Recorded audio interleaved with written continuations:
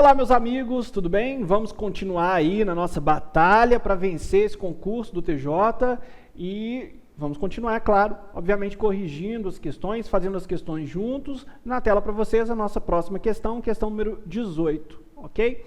Tá aí para vocês e diz assim, ó: em relação aos direitos e garantias fundamentais expressos da Constituição Federal, analise as afirmativas a seguir, ok? Então, cuidado, gente, com esse enunciado dessa questão, porque está falando de direitos e garantias fundamentais expressos, ok? Então, vamos ver nessas afirmativas que essa questão vai nos dar, qual é verdadeira, qual é falsa, e depois nós vamos assinalar a alternativa correta condizente com o nosso julgamento, de ser verdadeiro ou de ser falso essas alternativas, ok? Bom, primeira alternativa diz assim, ó: os direitos e garantias expressos na Constituição constituem um rol taxativo? Constituem um rol taxativo?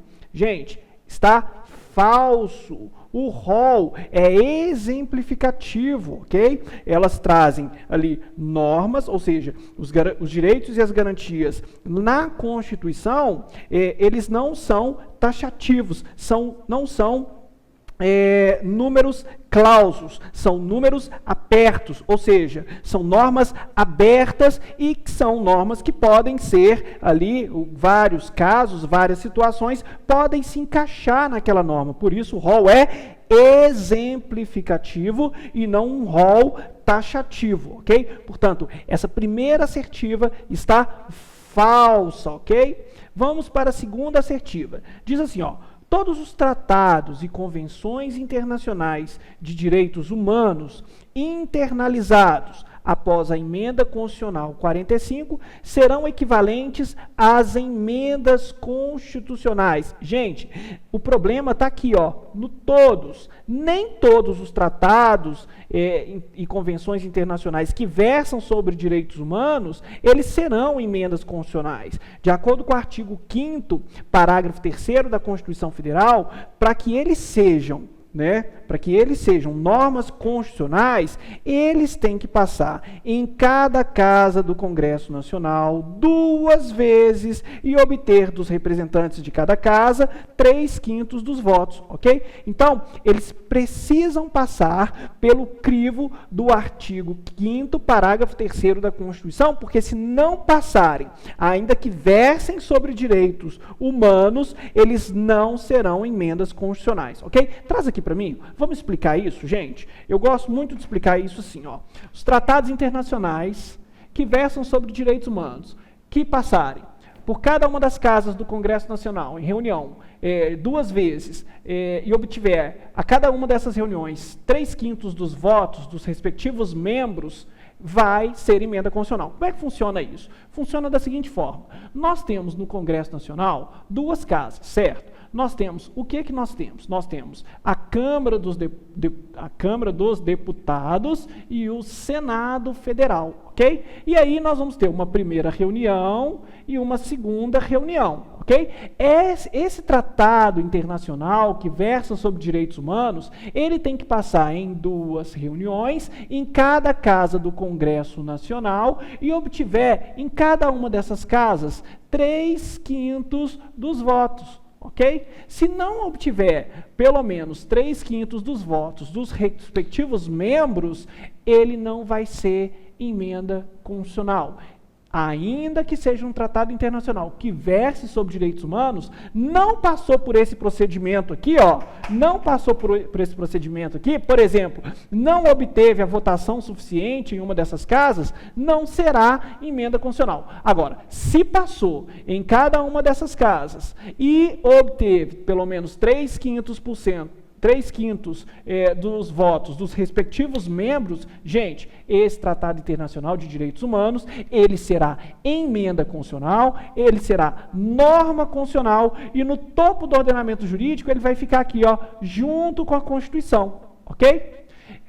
Aqui, junto com a Constituição, nós teremos o Tratado Internacional de Direitos Humanos, que passou, vamos colocar aqui, ó, que passou pelo procedimento do artigo 5º, parágrafo 3º da Constituição Federal, ok? Se não passou, professor, eu quero ver a hipótese de um tratado internacional, ele versa sobre direitos humanos, só que tem uma coisa, ele não conseguiu passar por esse procedimento. Exemplo, ele não teve a votação suficiente, ele não teve os 3/5 em uma das reuniões, ele não teve os 3/5 dos votos dos respectivos membros. Vai ser norma constitucional? Não, não vai ser norma constitucional. O que vai ser? Vai ser norma supralegal. Aqui, ó, é o Tratado Internacional de Direitos Humanos que não passou, ele não conseguiu passar pelo procedimento do artigo 5º, parágrafo 3º.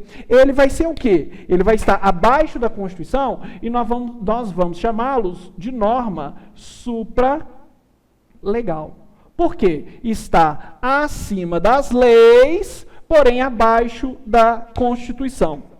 Diferente do Tratado Internacional de Direitos Humanos, que passou pelo crivo, passou pelo procedimento do artigo 5º, parágrafo 3º da Constituição, que é o procedimento de aprovação de uma PEC, de uma proposta de emenda constitucional, ok? Se passou por esse procedimento, vai ser norma constitucional. Isso já aconteceu. Aconteceu com o Decreto-Lei 6949 de 2009. Por isso que hoje se diz que no topo do ordenamento jurídico não existe mais só a Constituição. Junto com a Constituição, existe um Decreto-Lei 6949 de 2009 que resultou de um Tratado Internacional de Direitos Humanos que passou por esse procedimento.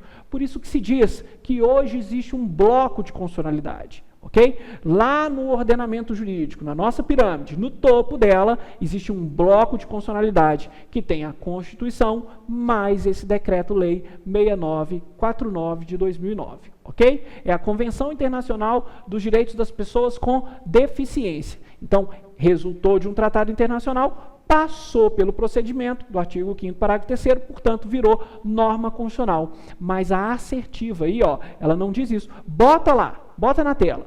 Ela diz o seguinte: todos os tratados e convenções internacionais de direitos humanos internalizados após a emenda 45 de 2004 serão equivalentes às emendas constitucionais? Não, gente. Nem todos os tratados de direitos humanos. Por quê? Para ser emenda constitucional, traz aqui para mim, para ser emenda constitucional, não basta que ele seja só de direitos humanos e que seja internalizado após a emenda constitucional número 45. Ele precisa passar pelo procedimento que está descrito lá no artigo 5º, parágrafo 3º.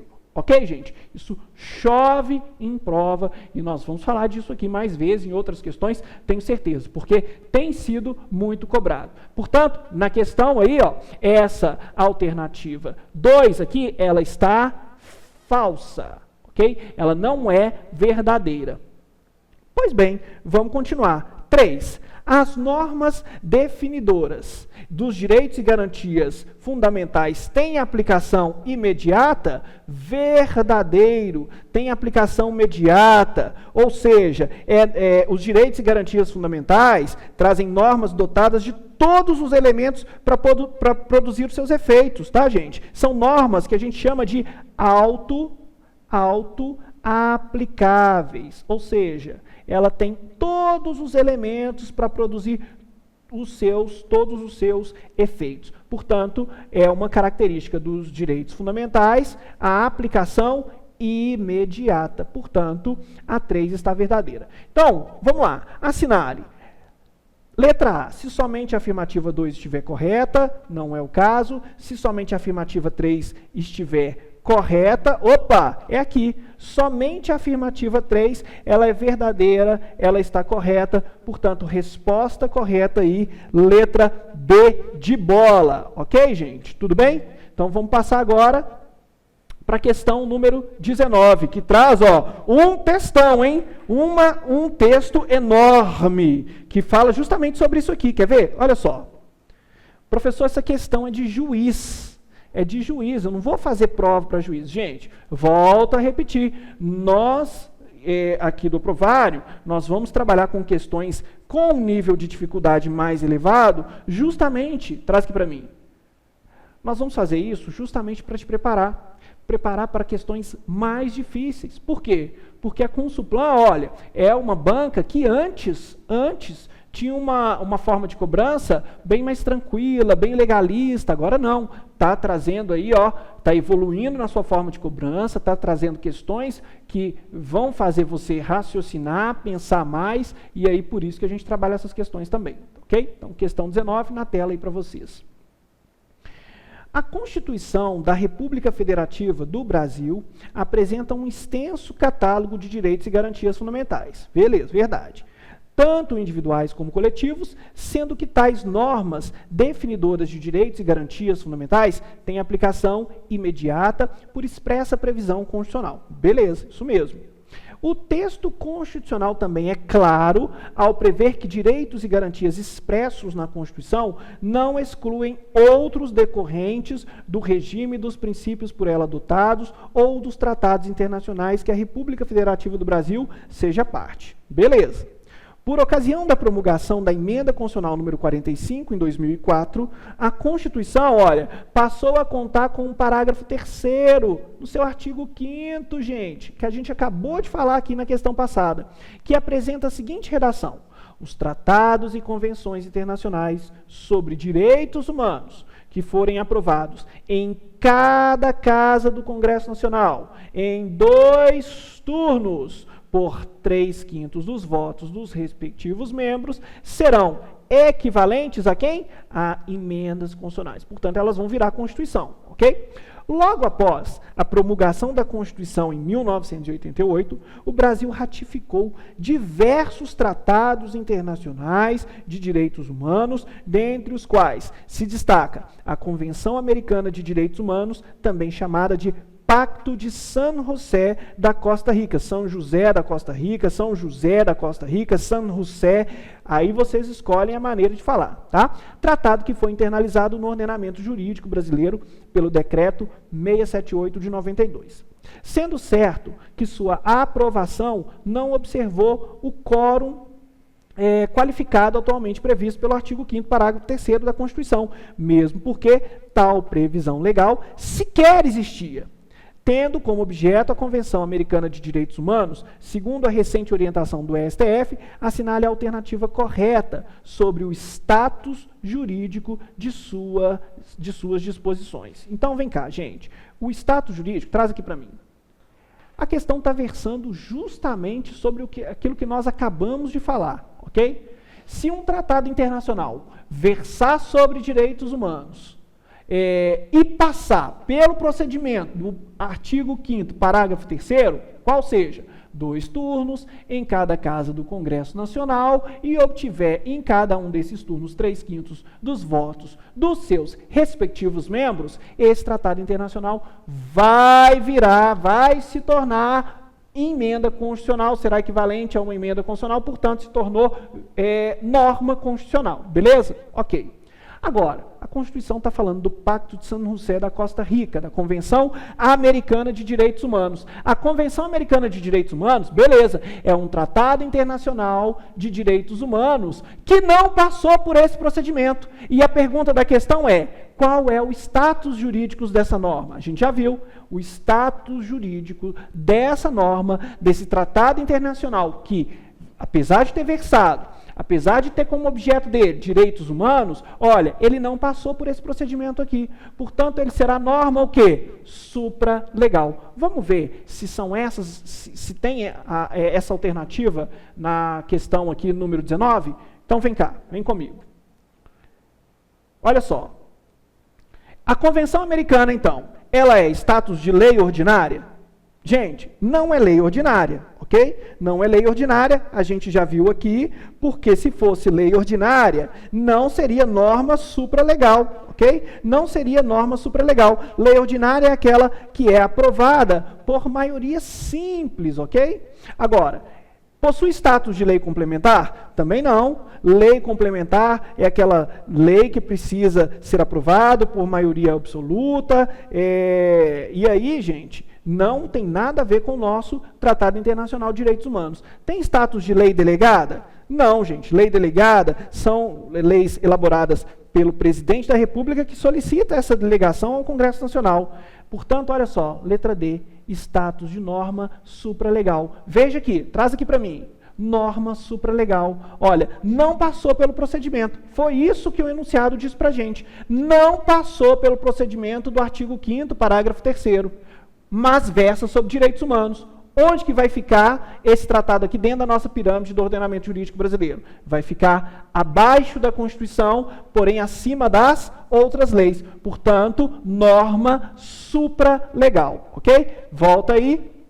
Alternativa, letra D, ok? Essa é a nossa resposta correta. E a letra E, status de norma constitucional. Seria norma constitucional se passasse pelo procedimento do artigo 5º, parágrafo 3º. Não passou. Se não passou, logo não é norma constitucional. Mas como versa sobre direitos humanos, vai ser norma supralegal. Ok, gente? Tudo bem? Então, agora, nós vamos para a questão número 20, ok? Número 20, questão de 2015, acerca dos direitos fundamentais, beleza? Diz assim, ó. Os direitos fundamentais, letra A, estão integralmente arrolados no artigo 5º da Constituição? Gente, a resposta é não. Os direitos fundamentais não estão só no artigo 5º da Constituição. Os direitos fundamentais, por exemplo, estão no artigo 6º, estão no artigo 12º, artigo 12, que é nacionalidade. Por exemplo, nacionalidade é um direito fundamental. Não está no artigo 5º, está em outro artigo. Ok? Além disso, os direitos fundamentais estão também presentes na legislação infraconstitucional, ok? Por exemplo, o ECA, o Estatuto da Criança, do Adolescente, o Estatuto do Idoso, todos eles têm ali, ó, direitos fundamentais. Portanto, a alternativa A está errada, ok? B, tem como titulares exclusivos as pessoas físicas ou naturais? Então, vem cá, traz aqui para mim. Gente, vem cá. Os direitos fundamentais, os destinatários deles são somente as pessoas físicas e naturais? A resposta é não, ok? Uma pessoa jurídica pode ser também titular de um direito fundamental. Por exemplo, eu posso dizer que o aprovário aqui, ele é um titular de direito fundamental, ok? Mas, professor, imagina o aprovário como titular de direitos fundamentais, né, ele exercendo a liberdade dele, então levanta aquela estrutura do aprovário e sai andando. Não, gente. Os direitos fundamentais para as pessoas jurídicas são aqueles inerentes a ela. Quer ver um exemplo? Direito à imagem. O aprovário tem uma imagem a zelar. Qualquer um que, porventura, violar o direito de imagem do aprovário, o aprovário pode, a empresa, a pessoa jurídica do aprovário, pode requerer ali, ó, a tutela jurisdicional, pode ingressar no Poder Judiciário, ok? Tudo bem? Portanto, os direitos fundamentais, eles não são só destinados às pessoas físicas, às pessoas naturais. As pessoas jurídicas também possuem direitos fundamentais, porém, aqueles direitos fundamentais que são inerentes a elas, que cabem para elas, ok? Órgãos públicos, gente, também são titulares de direitos fundamentais, ok? Então, portanto, aqui, ó, volta aí a questão, a alternativa B também está errada, não está correta, ok? Letra C. Letra C diz assim, ó, não possuem a qualidade de direitos subjetivos. Gente, os direitos fundamentais, eles têm a dimensão objetiva, ou seja, estão previstos no ordenamento jurídico e vale para a coletividade, são normas de caráter geral, ok? E tem a dimensão subjetiva, no qual cada sujeito, uma vez que tem ali o seu direito fundamental violado, ele pode ir ao Poder Judiciário, reclamar ali o seu direito fundamental, o respeito ao seu direito fundamental, ok? Portanto, os direitos fundamentais, eles possuem tanto a dimensão objetiva, como possuem também a qualidade de direitos subjetivos ou dimensão subjetiva, ok? Portanto, a letra C também não está correta. Letra D. Não estão necessariamente expressos no texto constitucional. como direito ao nome. Gente, verdadeiro. Acabamos de falar isso, ó. É até uma antítese aqui com a letra A, né? Olha só, a letra A, ela está errada porque ela diz que os direitos fundamentais estão integralmente todos no artigo 5º. Está errado. Os direitos fundamentais, eles não estão só no artigo 5º, estão também ao longo do texto constitucional, estão em normas infraconstitucionais, ok? Então, aqui, inclusive, o examinador, ele até trouxe um exemplo, como direito ao nome, né? O direito ao nome está previsto lá no Código Civil, e o direito ao nome, gente, é claro que é um direito fundamental, e, portanto, a nossa resposta correta aqui, ó, letra D de dado, ok? Vamos ver o que diz a letra E. A letra E diz assim, ó, possuem eficácia apenas vertical, ou seja, na relação entre pessoa e Estado. Gente, está errado, está falso. Traz aqui para mim. Os direitos fundamentais, eles não possuem apenas a eficácia vertical. Ou seja, o que é eficácia vertical? A eficácia vertical, ela se traduz, pessoal, na possibilidade do indivíduo. Então, nós temos aqui um indivíduo. O indivíduo, ele pode cobrar do Estado que os seus direitos fundamentais sejam concretizados, ok? Essa é chamada a eficácia vertical.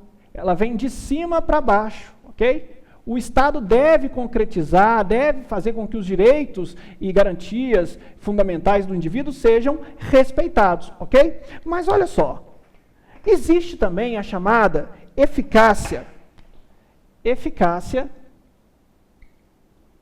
horizontal. Sabe o que é eficácia horizontal nos diz? Nos diz que um particular deve respeitar os direitos fundamentais um do outro. Então, veja, nós estamos ali, ó, no mesmo grau de hierarquia, na mesma posição. Eu preciso respeitar os seus direitos fundamentais, eu tenho esse dever, e você tem o dever também de respeitar os meus direitos fundamentais. Essa é a chamada eficácia horizontal dos direitos fundamentais, e, portanto, voltemos aí na questão, a letra E está errada, ok? Porque os direitos fundamentais não possuem apenas a eficácia vertical. Há também, ó, a eficácia horizontal, que significa que os particulares devem respeitar os direitos fundamentais uns dos outros, ok? Beleza, gente? Então, ficamos por aqui e vamos corrigir mais questões na próxima aula. Um grande abraço para vocês, até lá. Tchau, tchau.